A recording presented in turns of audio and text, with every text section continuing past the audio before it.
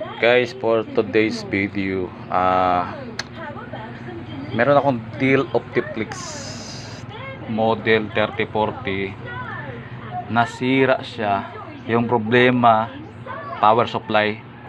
Itong deal Optiflix na 3040, yung power supply nito, yung papuntang motherboard, 8 pin siya. Ayan o, 8 pin siya. Wala siyang 24 pin.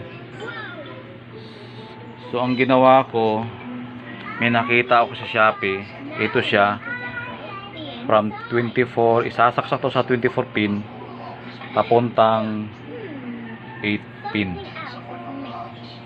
Subukan natin. Ito yung 8 pins, isasaksak ko sa motherboard na 8 pin. Ayan siya. So ayan siya. Yung dulo ng ito yung 24 pin, papunta naman to sa power supply na meron siyang 24 pin. Ito 24 pin yung power supply niya. Sasaksak ko na.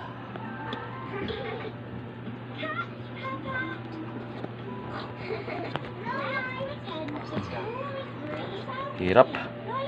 Yan, nakasaksak na siya. Wala nang higpitan.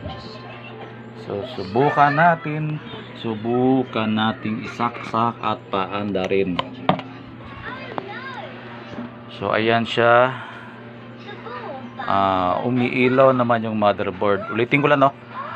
Ito yung power supply na ginagamit ko. Ito siya, meron siyang 24 pin. Halos lahat kasi mabili natin ng power supply, 24 pin siya. So ito namang deal Optiflix, yung papuntang motherboard nya, 8 pin. So ayan, no. 8 pin. So subukan ko pandarin kung aandar. Ayan, eto na, go. Ayan, umaandar siya. Umiikot yung CPU fan nya. Titingnan natin sa monitor kung meron bang display. Wait a minute. Ayan, maandar na siya. Ayan. So ayan na. Yung deal Optiflix na model nya 3040, nasira yung power supply na original.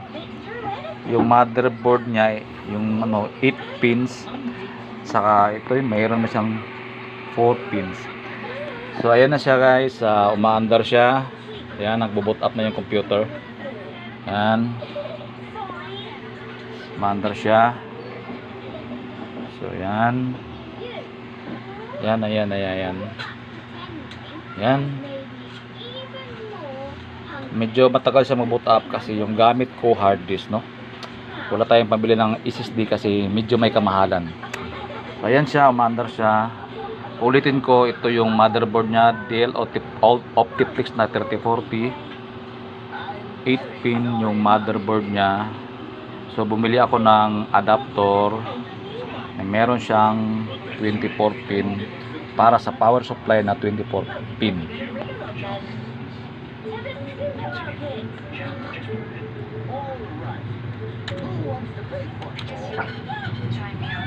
So ayan na siya, guys.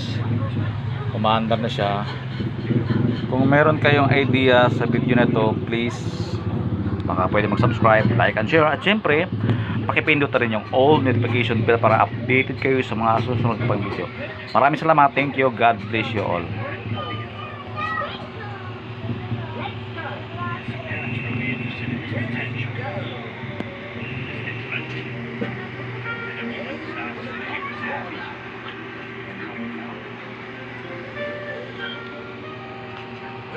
Tried to say is that